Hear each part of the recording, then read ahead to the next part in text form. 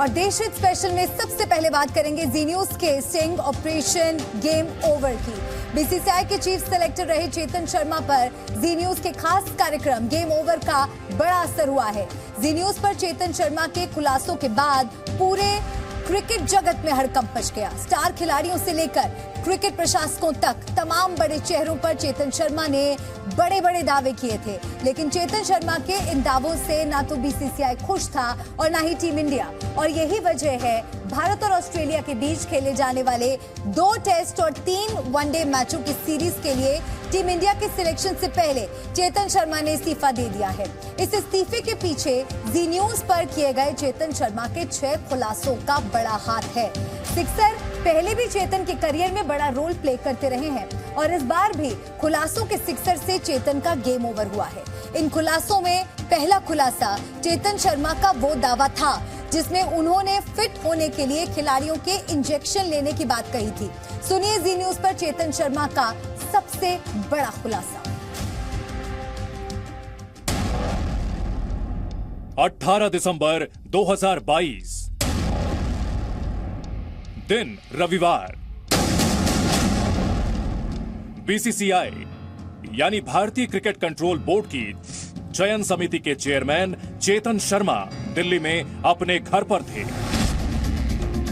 Sweater पहनकर सोफे पर बैठे चेतन शर्मा से ये हमारी पहली मुलाकात थी, लेकिन ये आखिरी मुलाकात नहीं थी, क्योंकि ठीक 16 दिन बाद 4 जनवरी 2023 की शाम हम फिर मिले इसी घर में।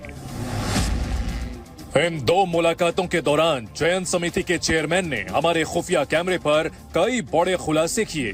बदनाम करने के लिए गांगुली ये उल्टी सीधी हरकतें कर रहा है। वो खुलासे जिसने भारतीय क्रिकेट की ऐसी सच्चाई सामने रख दी है जो अब तक दुनिया से दबी हुई थी।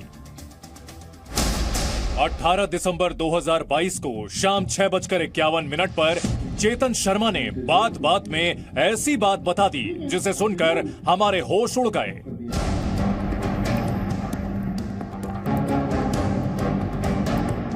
हमने सोचा भी नहीं था कि टीम इंडिया के खिलाड़ियों की फिटनेस पर खुद चयन समिति के चेयरमैन ही चौंकाने वाले ऐसे दावे करेंगे जो सिर्फ भारत नहीं पूरी दुनिया के लिए बड़ी ब्रेकिंग न्यूज बन जाएगी। चेतन शर्मा का दावा है कि टीम इंडिया में इंजेक्शन की मदद से अनफिट खिलाड़ी भी फिट हो रहे हैं। जो क्रिकेटर 100% फिट नहीं है वो भी टीम में बने रहने के लिए इंजेक्शन लेकर 100% फिटनेस साबित कर रहा है। इंजरी छिपा के ले जाते हैं। 15% अगर इधर उधर होते नहीं है ना, 85% में भी हमें बोलते हैं सर खेलने दो सर। थर्ड मेडिकल साइंस नहीं क्लियर करती ना उनको, तो वो प्रॉब्लम था। प्लेयर तो खेलना था, प्लेयर नहीं बना था। अल्लाह की जैसे बुमराह मतलब झुकी नहीं पा रहे तो क्या करेगा, तो 1-2 ऐसा जो मेजर इंजरीज हो जाती है। अदरवाइज तो 80% में भी ये तो बदमाश ऐसे हैं कि तो चुपचाप जाके कोने में जाके इंजेक्शन लेने सब फिट है हम तो। एक मिनट ये आखिरी लाइन फिर से सुन लीजिए जो चेतन शर्मा ने कही। बहुत बड़ा दावा कर रहे हैं चेतन शर्मा। उन्होंने खिलाड़ियों के बारे में कहा कि चुपचाप कोने में जाकर इंजेक्शन लेकर कहेंगे हम तो फिट हैं सर। सुनिएगा ध्यान से। ये तो बदमाश ऐसे हैं कि तो चुपचाप जाके कोने में जाके इंजेक्शन लेने सब फिट है हम तो। सोचिए, बीसीसीआई के चीफ सेलेक्टर को भी ये मालूम है कि टीम इंडिया में फिटनेस हासिल करने के लिए खिलाड़ी इंजेक्शन ले रहे हैं, लेकिन ये बात अब तक दुनिया से छिपी हुई थी। हालांकि एक बात स्पष्ट करना चाहता हूं कि चेतन शर्मा उन इंजरी की बात नहीं कर रहे थे जो इतनी बड़ी होती है कि किसी खिलाड़ी का करियर खराब कर सकती है, क्योंकि बड़ी इंजरी में फिटनेस साबित करना बेहद मुश्किल होगा। वो हल्की इंजरी की बात कर रहे थे जिसमें खिलाड़ी 80 से 85% फिट होकर भी खेलने की जिद करते हैं। चेतन शर्मा खिलाड़ियों का चयन करते हैं और उनके मुताबिक खिलाड़ी ऐसे इंजेक्शन का चयन करते हैं जो डोप टेस्ट की पकड़ में भी नहीं आता। हमने चेतन शर्मा से जानना चाहा कि जिस इंजेक्शन का जिक्र वो कर रहे थे क्या वो पेन किलर था। उनका जवाब हमें और हैरान कर गया। पेन किलर सर, कुछ इंजेक्शन है, पेन किलर नहीं मिलता लगी इंजेक्शन लेते हैं, पता ही नहीं लगता। पेन किलर का तो प्रिस्क्रिप्शन लेना पड़ेगा ना, एंटी डोपिंग में आ जाएगी। अच्छा, इंजेक्शन का तो सीधा उनको पता है कौन से इंजेक्शन है जो एंटी डोपिंग में नहीं आते। इंजेक्शन लेना खुद से नहीं, जब कुक लेके जा रहे हैं, बड़े सुपरस्टार हैं, इनके पास डॉक्टरों की कमी है। सही बात, जब कुक लेके जा रहे हैं, चारों डॉक्टर बैठे हैं, फोन करेंगे रात को आगे घर आ गया। चेतन शर्मा के मुताबिक टीम इंडिया के खिलाड़ियों को यह भी पता होता है कि कौन सा इंजेक्शन डोप में आएगा और कौन सा नहीं। चेतन शर्मा का दावा है कि टीम इंडिया के फर्जी फिटनेस वाले खेल में बड़े बड़े क्रिकेट सुपरस्टार शामिल हैं और उनके डॉक्टर भी। सोचिए, ये दावा खुद वो शख्स कर रहा है जो ये तय करता है कि टीम इंडिया में कौन खेलेगा, कौन नहीं खेलेगा। खिलाड़ी अपने रुतबे और स्टारडम का फायदा उठाते हुए चोरी छिपे इंजेक्शन वाला खेल खेलते हैं और बीसीसीआई सब जानते हुए भी इस खतरनाक खेल को रोकती नहीं। क्या इसका मतलब यह हुआ कि जब किसी सीरीज के लिए टीम चुनी जाती है तो उस टीम में वो खिलाड़ी भी शामिल होते हैं जो इंजेक्शन के जरिए फर्जी फिटनेस हासिल कर लेते हैं? अभिषेक कुमार, जी मीडिया। चेतन शर्मा ने टीम इंडिया के एक उभरते हुए खिलाड़ी पर भी बड़ा दावा करते हुए कहा था कि वो कई स्टार्स को डुबोने वाला है। वनडे क्रिकेट में सबसे तेज दोहरा शतक लगाने वाले ईशान किशन पर चेतन शर्मा के इस खुलासे को सुनकर सभी हैरान रह गए।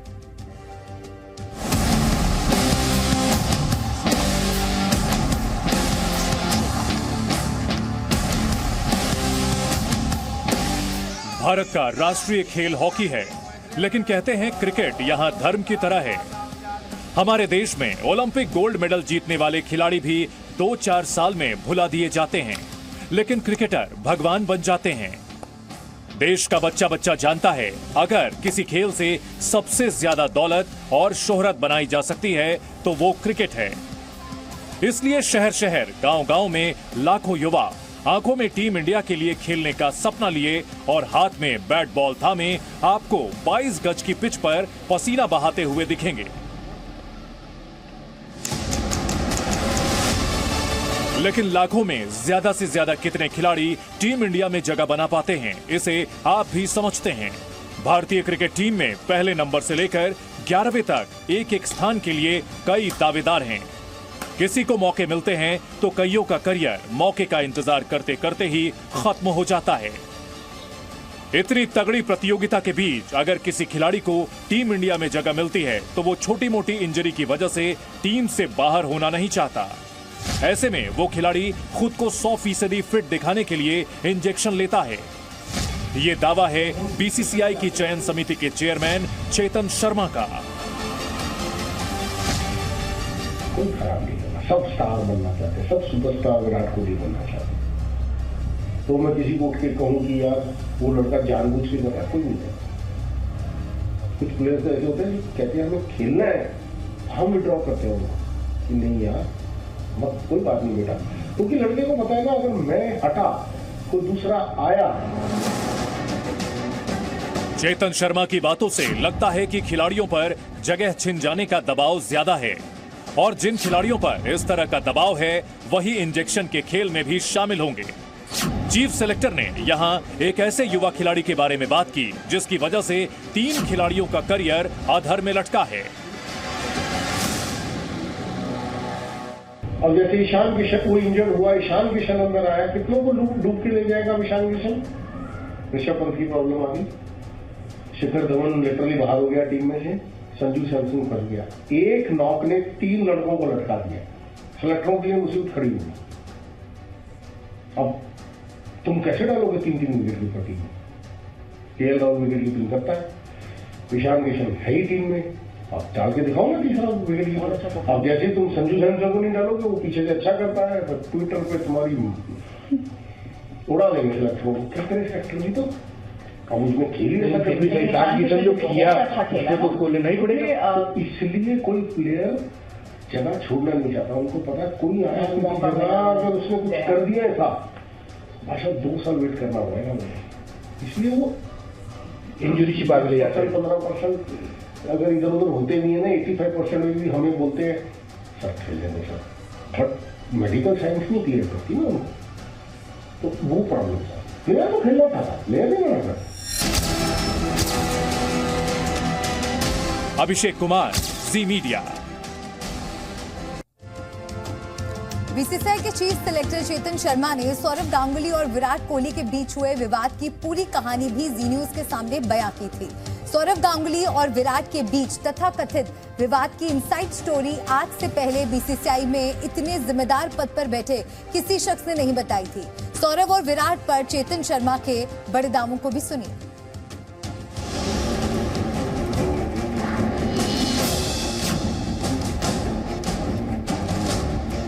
सौरव गांगुली बनाम विराट कोहली। 21वीं सदी में भारतीय क्रिकेट के लिहाज से बोर्ड और कप्तान के बीच टकराव का यह सबसे हाई प्रोफाइल मामला है। गांगुली और विराट दोनों महान खिलाड़ी हैं। एक संन्यास ले चुका है तो दूसरा अभी भी नए नए वर्ल्ड रिकॉर्ड बना रहा है। सौरव और विराट दोनों खिलाड़ियों की गिनती टीम इंडिया के सबसे सफल कप्तानों में तो की जाती है। गांगुली की कप्तानी में भारत ने 49 में से 21 टेस्ट मैच जीते, तो वहीं विराट की कप्तानी में 68 में से 40।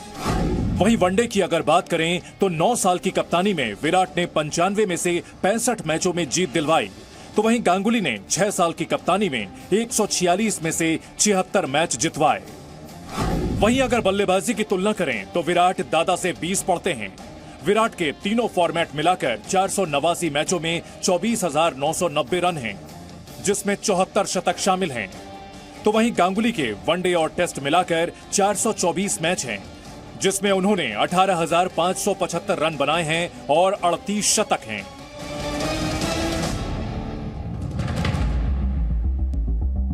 जब सौरव गांगुली बीसीसीआई के अध्यक्ष बने थे, उस वक्त विराट कोहली सभी फॉर्मेट में टीम इंडिया के कप्तान थे और रवि शास्त्री कोच। विराट ने पूरे जोश के साथ उन्हें बधाई दी थी, लेकिन जब गांगुली बीसीसीआई से विदा हुए तब तक विराट के पास न कप्तानी थी और न ही वो फॉर्म जिसकी बदौलत वो बीसीसीआई से टकराने की हिम्मत कर पाते थे।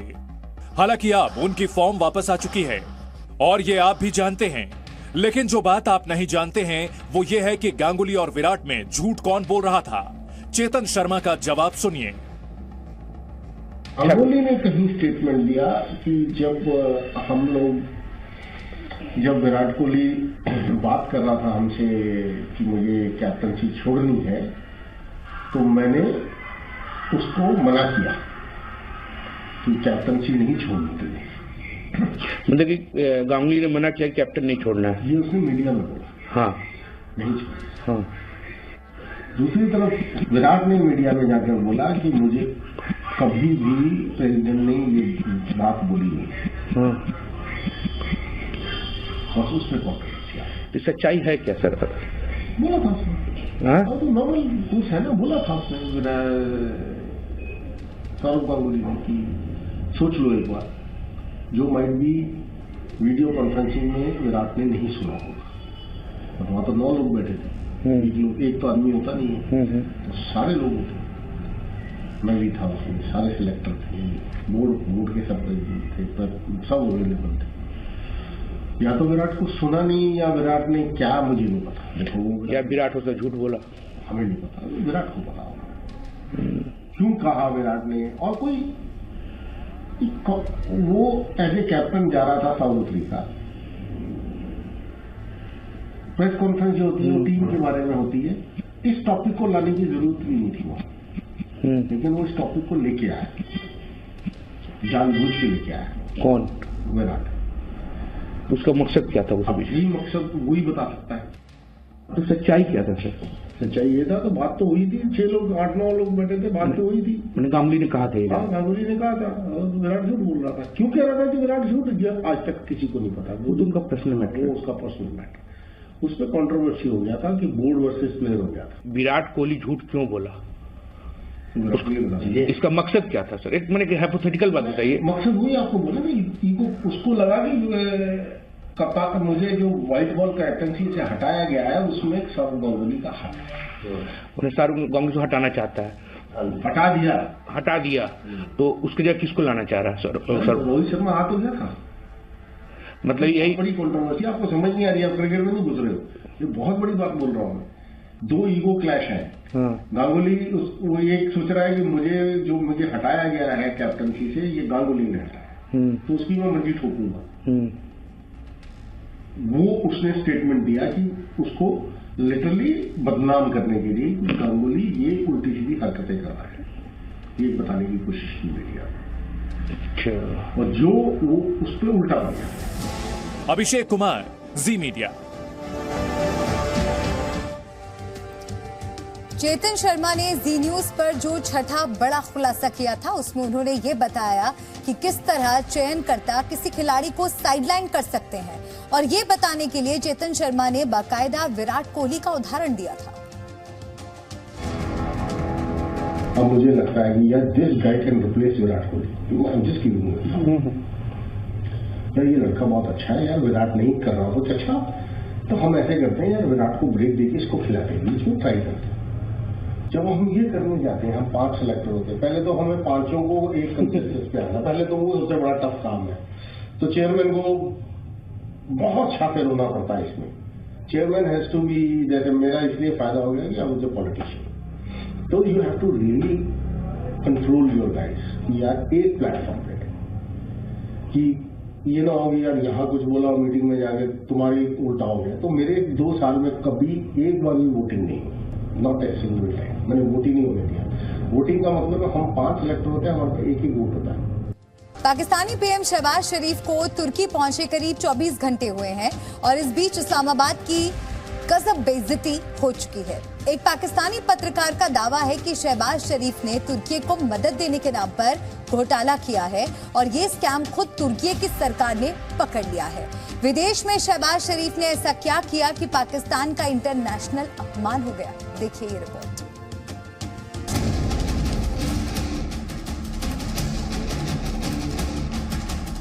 तुर्की से एक अजीबो-गरीब किस्म की खबर है।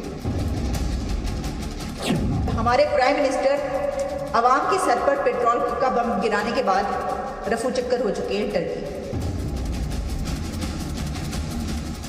तुर्की की तरफ से मोहब्बत के साथ जो सैलाब के दिनों में भेजा था उन्होंने सामान, वही पैकेट पैक करके भेज दिया।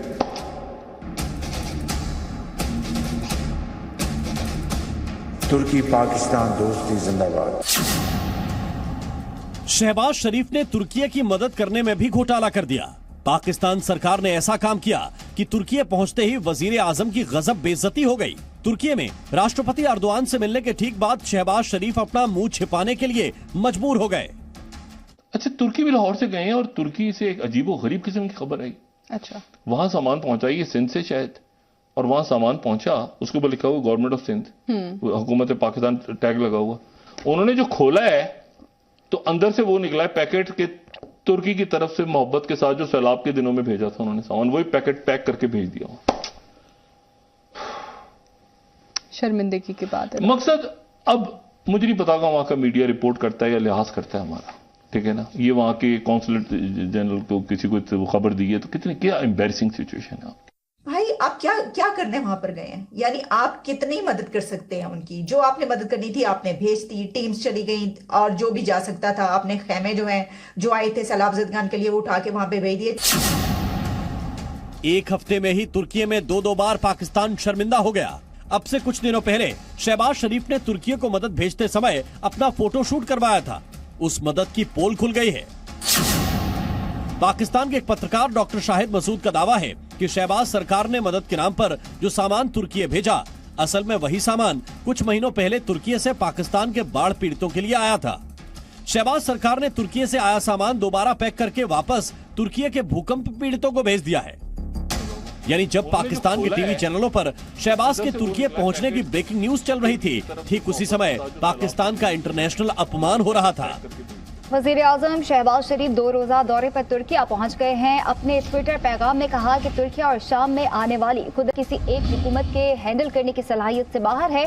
कोई भी मुल्क ख्वाह कितना ही वसाइल रखता हो, इस शिद्दत की तबाही से निमट नहीं सकता। तुर्की पहुंच चुके हैं। आला हुकाम ने वजीर आजम शहबाज शरीफ का एयरपोर्ट पर इस्तकबाल किया है। आप बराह रास्त मंजर अपनी टेलीविजन स्क्रीन पर मुलाजा कर सकते हैं। वजीर आजम मोहम्मद शहबाज शरीफ ज़लज़ला ज़दगान की मदद के लिए और उनसे मुलाकात के लिए तुर्की पहुंचे हैं। पूरी खबर समझिए। शहबाज शरीफ स्पेशल प्लेन से तुर्की पहुंचे। वहां के राष्ट्रपति रेचप अर्दोआन से मिले। शहबाज का शानदार स्वागत हुआ। फिर शहबाज शरीफ भूकंप पीड़ितों से मिलने गए और उसके बाद पाकिस्तान के वजीर आजम ने ऐसा ऐलान किया मानो सबसे बड़ी मदद वही करने वाले हैं। I'll reach inshallah tonight. Tomorrow I am holding a meeting with all potential tent manufacturers in Pakistan, and I'm holding meeting with them and make a concrete plan for speedy manufacturing of high quality tents. Pakistan की सरकार तुर्की को मदद के नाम पर tent भेजने वाली है, पर शहबाज शरीफ के बड़े बड़े दावे करने में कोई कमी नहीं है। पाकिस्तान की जनता को ये तस्वीरें मजाक लग रही हैं, क्योंकि जो पाकिस्तान खुद दुनिया से मदद मांग रहा है वो भला तुर्की की क्या हेल्प करेगा। हम उनकी हेल्प क्यों नहीं कर पा रहे, क्या वजूहात हैं इसकी? सबसे पहले तो ये है कि हमारा जो वजीर आज़म है ना, मौजूदा वजीर आज़म, वो है चोर। जिस मुल्क में जाता है उधर भीख मांगना शुरू कर देता है और हर मुल्क आगे से इनकार करता है। अब देखें कि ये इसने कहा कि जी मैंने तुर्की जाना है विजिट के लिए, मतलब कि उनके साथ दुख के साथ शरीक होने के लिए। उन्होंने इसको इसी वजह से ही मना कर दिया। उन्होंने कहा कि यार ये चोर है, इसने आते हमसे इमदाद मांगना शुरू कर देनी है। शहबाज सरकार के तुर्की दौरे को पाकिस्तान में PR एक्सरसाइज माना जा रहा है। ऐसा करके शहबाज अपने मुल्क के 23 करोड़ लोगों का ध्यान बांटने की कोशिश कर रहे हैं, पर इस चक्कर में तुर्की में पाकिस्तान की नाक कट गई। इस्लामाबाद के हालात पहले ही खराब हैं, पर शहबाज शरीफ दूसरों की मदद करने के लिए दुनिया का चक्कर लगा रहे हैं। हमारे प्राइम मिनिस्टर अवाम के सर पर पेट्रोल का बम गिराने के बाद रफू चक्कर हो चुके हैं टर्की। जो प्राइम मिनिस्टर हैं उन्होंने तहैया कर रखा है, उन्होंने कहा आप जो मर्जी करें, मैं तो जाके रहूंगा। और वो पहुंच गए और टर्की में वो पहुंचे हैं खुसूसी तैयारी के जरिए। देखिए, मैं ये सवाल करना चाहती हूं कि प्राइम मिनिस्टर साहब, क्या पाकिस्तान के इस वक्त के हालात और टर्की के भी इस वक्त जो वहां पे सिचुएशन है, क्या इस बात की इजाजत देती है कि आप खुसूसी तैयारे में, स्पेशल प्लेन में आप वहां पर जाएं दौरा करने के लिए? आज पाकिस्तान से ऐसी तस्वीरें आई हैं जिन्हें देखकर शहबाज का सिर शर्म से झुक जाएगा। महंगाई बढ़ने के बाद पाकिस्तान में सेकंड हैंड कपड़ों के मार्केट का भी बुरा हाल है। पहले जो लोग नए कपड़े खरीदते थे, अब उनकी जेब में इतने पैसे भी नहीं बचे कि वो सेकंड हैंड कपड़े खरीद सकें। मैं पहले शुरू में दूसरी मार्केट वगैरह जाता था, बड़े बड़े मॉल्स में, ठीक है, वहाँ से शॉपिंग करता था। अभी वो चीज़ें इतनी महंगी हो गई हैं कि मुझे मजबूरन यहाँ आना पड़ा। बहुत से ऐसी चीज़ें हैं, बच्चों के खिलौने हो गए हैं और बहुत सारी ऐसी अशिया हैं जिसमें कमी आ गई है जो कि हम अफोर्ड नहीं कर सकते। बिल्कुल मार्केट में सन्नाटा छाया हुआ है। इतनी महंगाई हुई कि अभी ये अमीर तो अमीर, गरीब भी नहीं खरीद सकते। पाकिस्तानी रो रहे हैं और तुर्की में शहबाज शरीफ का फोटोशूट चल रहा है। लाइट, कैमरा और एक्शन के साथ ही पाकिस्तानी वजीर आजम का ड्रामा शुरू हो जाता है। ब्यूरो रिपोर्ट, जी मीडिया। पाकिस्तान में चर्चा तेज है कि अब इमरान खान जेल जाने वाले हैं। लाहौर में इमरान खान के घर के बाहर एक तरफ पुलिस वालों की फौज है तो दूसरी ओर उनके समर्थकों की। इमरान जब से सत्ता से बेदखल हुए हैं वो पूर्व आर्मी चीफ बाजवा के पीछे पड़े हुए हैं। माना जा रहा है कि अब जनरल के चक्कर में ही इमरान जेल की चक्की पीसेंगे। इमरान खान का कमर जावेद बाजवा के खिलाफ तहकीकात के लिए खत सदर मुमलिकत को मौसूल हो गया। तकरीबन 2 दर्जन जो है पुलिस की, FC की, रेंजर्स की गाड़ी तैनात हैं। उनके पास ना वाटर कैनन की जो है वो भी गाड़ी पहुंच चुकी है। क्या इमरान खान को जेल भेजने की तैयारी हो चुकी है? क्या जनरल के चक्कर में इमरान जेल जाने वाले हैं? बाजवा का वो कौन सा सीक्रेट है जिसे बताकर फंस गए इमरान? शहबाज देश से बाहर, अब इमरान जाएंगे जेल के अंदर। लाहौर में इमरान खान के घर की घेराबंदी कर दी गई है। पुलिस की कई गाड़ियां घर के बाहर तैनात हैं। पुलिस की इन गाड़ियों को गिनते जाइए, 1, 2, 3, 4, 5, कुल 15 गाड़ियों में पुलिस के जवान इमरान के घर के बाहर तैनात हैं। हालात ऐसे हैं कि किसी भी वक्त लाहौर से बड़ी खबर आ सकती है। पूरे पाकिस्तान में यह खबर चल रही है कि पाकिस्तान के पूर्व प्रधानमंत्री और तहरीक-ए-इंसाफ पार्टी के मुखिया इमरान खान किसी भी वक्त गिरफ्तार हो सकते हैं। इमरान खान की गिरफ्तारी की आशंका से उनके समर्थकों में डर है इमरान खान के घर के बाहर रात भर हजारों की संख्या में उनके समर्थक डटे रहे।